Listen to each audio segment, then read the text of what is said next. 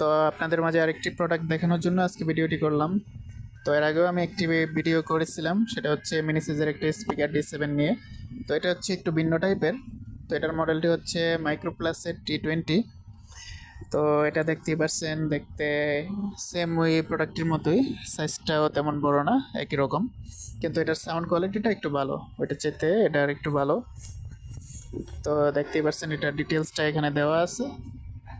তো তারপর আমি সবগুলো বলার চেষ্টা করছি। তো এটা আমি আনবক্সিং করে আপনাদেরকেও দেখাই। তো এই প্রোডাক্টটি নতুন বের হয়েছে, তো এর আগে ছিল না, বা থাকলেও আমি পাইনি। এটা নতুন করে আমি পেয়েছি, তাই এটা আমি নিয়ে আসলাম আপনাদের জন্য দেখানোর জন্য। তো দেখতেই পাচ্ছেন এটা পলি করা, তো পলিগুলো আমি খুলে ফেলছি। দেখতেই পাচ্ছেন খুবই চমৎকার একটি প্রোডাক্ট। এটা হচ্ছে এলইডি টিভি কিংবা ল্যাপটপ, কম্পিউটার ওগুলোর মাধ্যমে চালাতে পারবেন, এমনিতে ফোনের মাধ্যমেও চালাতে পারবেন, তবে একটা অ্যাডাপ্টার নেওয়া লাগবে। একটা চার্জারের যে অ্যাডাপ্টারগুলো আছে ওগুলো নিয়ে নিলেই ফোনে চালাতে পারবেন, আর এছাড়া অন্য কিছুর মাধ্যমে চালালে আর তেমন কিছু লাগবে না।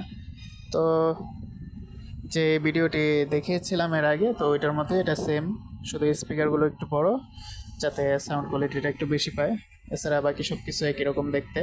এটার ভিতরে সেম ইউএক্স একটা জ্যাক আছে, তারপর একটা ইউএসবি কেবল আছে, তো এটার মাধ্যমে আপনারা চালাতে পারবেন। তো স্পিকারটি দেখতে খুবই সুন্দর। ওই গতবার যে স্পিকারটি দেখেছিলাম ওটার চাইতে একটার সাউন্ড কোয়ালিটিটা অনেক ভালো। তো দেখতেই পাচ্ছেন স্পিকারটাও একটু ভিন্ন টাইপের।